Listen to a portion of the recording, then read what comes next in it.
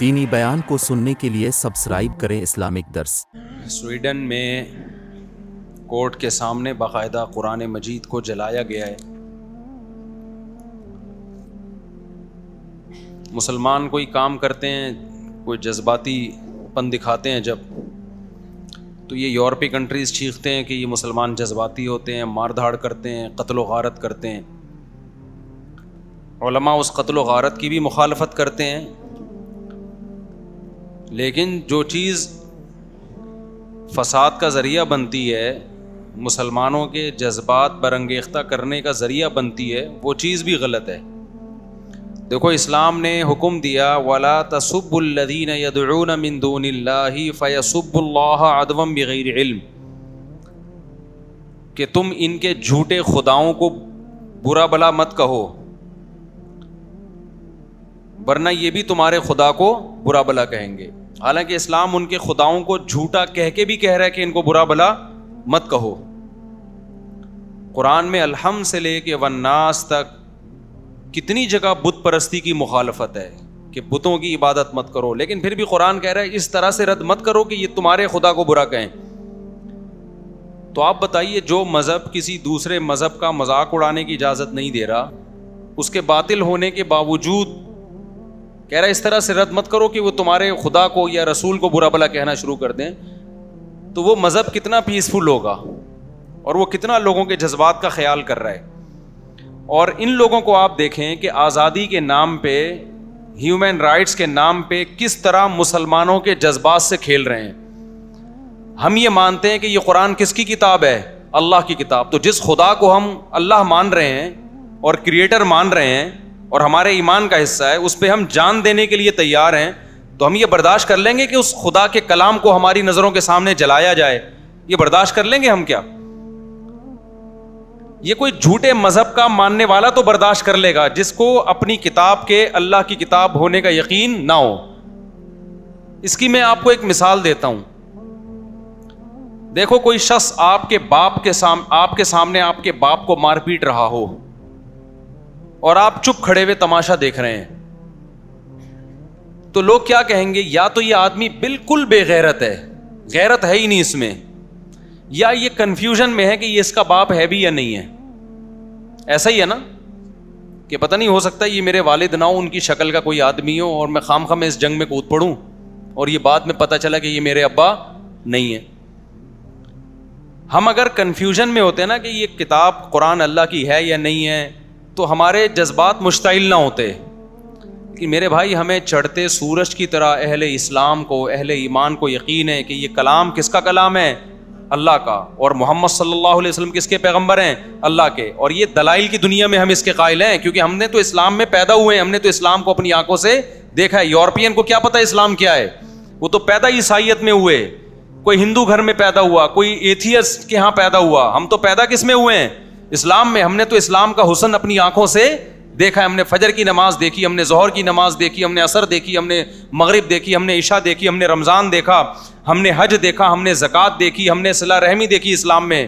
یہ تمام باتوں کا ہمیں کون حکم دیتا ہے؟ قرآن۔ تو قرآن کی صداقت، لا تقربوا مال الیتیم، یتیم کے مال کے قریب بھی مت پھٹکو، یہ 1400 سال پہلے کون کہہ رہا ہے؟ قرآن کہہ رہا ہے۔ لا يحل لكم ان ترثوا النساء کرہا، اے ایمان والو تم عورت کے مال زبردستی نہیں کھا سکتے۔ یہ ویمن رائٹس 1400 سال پہلے کون بیان کر رہا ہے؟ قرآن بیان کر رہا ہے۔ انما الخمر والمیسر والانصاب والازلام، جوا اور شراب حرام ہے، ہم جوا نہیں کھیلتے، ہم شراب نہیں پیتے۔ یہ کون کہہ رہا ہے؟ یہ قرآن کہہ رہا ہے۔ ہم زنا نہیں کرتے۔ کیا زنا مشکل کام ہے اس زمانے میں؟ بتاؤ، کتنا آسان ہو گیا۔ میجورٹی مسلمانوں کی زنا نہیں کرتی، وہ نکاح کرتی ہے، پوری زندگی بیوی سے وفا کرتی ہے۔ یہ کس کے کہنے پہ ہو رہا ہے؟ تو جو مسلمان قرآن کے کہنے پر اتنے بڑے بڑے کام کر رہا ہے، تو کیا وہ کنفیوز ہوگا کہ یہ پتہ نہیں اللہ کا کلام ہے بھی یا نہیں؟ اگر وہ کنفیوژن کا شکار ہوتا تو اتنی قربانی دیتا؟ تو یورپین اقوام کو یہ بات سمجھنی چاہیے کہ مسلمان کی نظر میں قرآن کا جلانا ہلکا معاملہ نہیں ہے۔ اس سے دنیا کا امن تباہ، کیا بیڑا غرق ہو جائے گا امن کا۔ مسلمان آرام سے نہیں بیٹھے گا، اور وہ ہمارے ہم نہیں بد امنی پھیلانے کے قائل ہیں۔ ہم تو وہ جو واقعہ ہوا تھا توہین رسالت کے مرتکب کو، جو توہین تو اس بیچارے نے کی بھی نہیں تھے، جو اسٹیکر پھاڑ دیے تھے اس کو مسلمانوں نے غلط کیا، اس کو قتل کرنا بنتا نہیں تھا. لیکن جیسے یہاں جذباتی لوگ ہیں، ہم ان کو جذباتیت سے روک رہے ہیں کہ دنیا میں بدامنی مت پھیلاؤ، تو یہ یورپین اقوام کی بھی ذمہ داری بنتی ہے کہ اس جذباتیت پہ آپ بھی کیا کریں، کنٹرول کریں، ورنہ نہ معاملہ ہمارے ہاتھ میں رہے گا نہ آپ کے ہاتھ میں رہے گا. ہٹلر نے جنگ کا آغاز کیا تھا نا، وہ بھگتنا ساری دنیا کو پڑا ہے، تو غلطی کس کی تھی؟ ہٹلر کی تھی کہ نہیں تھی؟ خدا کی قسم اس سے بڑی جنگ دنیا میں چھڑ سکتی ہے اگر اس طرح سے قرآن کو جلایا جاتا رہا اور محمد صلی اللہ علیہ وسلم کی توہین کی جاتی رہی. اور اس جنگ کے ہم ذمہ دار نہیں ہیں. ہم تھوڑی کہتے ہیں لوگوں سے کہ لڑو اور اس طرح قتل ہو، ہم تو کہتے ہیں بھائی لیگل راستہ اختیار کرو، قانونی راستہ اختیار کرو. تو جب گورنمنٹ کی سرپرستی میں یہ کام ہو رہا ہوگا تو لوگ لیگل راستے کے لیے جائیں گے کہاں جائیں گے لوگ لیگل راستے کے لیے؟ لوگ پھر ہماری بات سنیں گے کہ امن سے رہو اور پرامن احتجاج؟ لوگ کہاں سنیں گے؟ تو ہم تو ابھی بھی کہتے ہیں بھائی پرامن احتجاج کرو آپ، لیکن آپ بھی وہ کام کرو کہ دنیا میں امن خراب نہ ہو. مسلمان کسی قیمت پہ بھی پیغمبر کی توہین، قرآن کی توہین برداشت نہیں کر سکتے. ناممکن ہے. یورپین اقوام کو یہ بات سمجھ میں نہیں آ رہی ہے، وہ ٹرائی کر کے دیکھ رہے ہیں کہ ان کو ہوتا کیا ہے. آپ کھیلیں نہیں بھائی ہمارے جذبات سے. ہم کب کہتے ہیں کہ آپ قرآن پہ ایمان لے کر آؤ؟ ہم کب کہتے ہیں کہ آپ محمد صلی اللہ علیہ وسلم کو اللہ کا پیغمبر سمجھو؟ لا اکراہ فی الدین، اسلام کہتا ہے دین میں زبردستی نہیں ہے. لیکن آپ کو ہم قرآن جلانے نہیں دیں گے، محمد صلی اللہ علیہ وسلم کی توہین کرنے نہیں دیں گے. آپ محمد صلی اللہ علیہ وسلم سے اختلاف بھی کر سکتے ہو، آپ کے مشن پہ اختلاف کرو، جیسے کہ ہمیشہ سے غیر مسلم اعتراض کرتے رہے ہیں. اعتراض کرنا الگ چیز ہے، توہین کسی قیمت پہ مسلمان برداشت نہیں کر سکتا. اب اس کا حل کیا ہے؟ تو پہلا حل تو یہ ہے کہ آپ جس حد تک ممکن ہو سوشل میڈیا پہ اپنا احتجاج ریکارڈ کروائیں. اس احتجاج کا بڑا اثر پڑتا ہے دنیا پہ. وہ جب دیکھتے ہیں نا کہ سارے چپ کر کے خاموش بیٹھے ہوئے ہیں تو وہ سمجھتے ہیں کہ مسلمانوں میں غیرت آہستہ آہستہ کیا ہو رہی ہے؟ ختم. جس حد تک بھرپور آپ احتجاج ریکارڈ کروا سکتے ہیں آپ ریکارڈ کروائیں. نمبر 2، جتنا پرامن احتجاج ہو سکتا ہے کریں. میں پرامن اس لیے کہہ رہا ہوں کہ ہمارے یہاں بعض جذباتی لوگ کہتے ہیں کہ مولوی صاحب یہ پرامن سے قابو میں آنے والے نہیں ہیں. دیکھو اگر آپ بدامنی پھیلاؤ گے نا، اس کے سائیڈ افیکٹ زیادہ ہیں. کچھ فائدے تو ہیں لیکن سائیڈ افیکٹ کیا ہیں؟ زیادہ. اس سے ہوگا کیا؟ غیر مسلم لوگ کہتے ہیں کہ تم جب جذباتی ہو، تم لوگ جب یہ کچھ کر رہے ہو تو ہم پھر اگلا اسٹیپ اس سے بھی بڑا کریں گے. پھر وہ اگلا اسٹیپ اس سے بھی زیادہ خطرناک ہوتا ہے. تو باز نہیں آتا کوئی ان چیزوں سے. تو آپ احتجاج کریں پرامن، لیکن اس کا جو اس کام کو جو صحیح معنی میں کنٹرول کر سکتے ہیں نا، وہ مسلم حکمران کر سکتے ہیں. ماضی میں عمران خان نے، سابق وزیر اعظم نے آواز اٹھائی تھی، اس سے زیادہ پرزور آواز ہمارے وزیر اعظم صاحب کو چاہیے کہ وہ اس پہ اٹھائیں. وزیر خارجہ کو چاہیے آواز اٹھائے، سویڈن کے وزیر خارجہ سے ملے، وہ اس کے سفیر سے ملے، وہ سعودی عرب کو چاہیے احتجاج کرے، UAE کو چاہیے احتجاج کرے، مصر کو چاہیے احتجاج کرے. دنیا کے جب سارے اسلامی کنٹریز کے سربراہان سویڈن پہ دباؤ ڈالیں گے تو سویڈن کی گورنمنٹ اس عمل سے روکنے کے لیے قانون سازی کرے گی، اور جس شخص نے یہ کام کیا اس کو پکڑ کے سزا دے گی. وہ اس سے مسلمانوں کے جذبات ٹھنڈے ہوں گے. تو آپ پر بھی لازم ہے کہ آپ اپنے حکمرانوں پہ دباؤ ڈالیں، کیونکہ حکومتی لیول پہ جو کام کیا جاتا ہے وہ آرگنائزڈ ہوتا ہے، وہ تمیز سے کام ہوتا ہے اور اس کا اثر زیادہ ہوتا ہے. عوام جب اپنے طور پہ توڑ پھوڑ، مار دھار، قتل و غارت شروع کرتی ہے، اس کے فائدے کم ہوتے ہیں، سائیڈ افیکٹ اس کے بہت خطرناک ہوتے ہیں، بہت گھناؤنے نتائج ہوتے ہیں اس کے. تو اس لیے اپنے حکمرانوں پہ بھی سوشل میڈیا پہ دباؤ ڈالیں کہ بھائی آپ آواز کیوں نہیں اٹھا رہے. ہمارے سفیر کو چاہیے آواز اٹھائے، سویڈن کے سفیر سے ملے، دباؤ ڈالا جائے، یونائٹڈ نیشن میں اس مسئلے کو اٹھایا جائے کہ ہماری نظر میں یہ مسئلہ ہلکا نہیں ہے. دیکھیں پوری دنیا میں چند اصول ایسے ہیں جن کو ساری دنیا مانتی ہے. یونائٹڈ نیشن مانتی ہے ان قوانین کو، یعنی بناتی ہے اس کے لیے، ان اصولوں کے لیے قوانین. وہ کیا ہے کہ دنیا میں بدامنی اور نقض امن کوئی بھی برداشت نہیں کرتا. کسی کے دیکھو یوٹیوب کی پالیسی ہے، ہم جب قربانی کے جانور ذبح کرتے ہیں، آپ ولاگ بنائیں، لیکن جانور ذبح کرتے ہوئے آپ یوٹیوب پہ نہیں ڈال سکتے. کیوں؟ وہ کہتے ہیں بھائی غیر مسلم کو یہ عمل پسند, وہ جانور کو تڑپتا نہیں دیکھ سکتے, خون نکل رہا ہے. ٹھیک ہے, ان کی پالیسی ہے بھائی.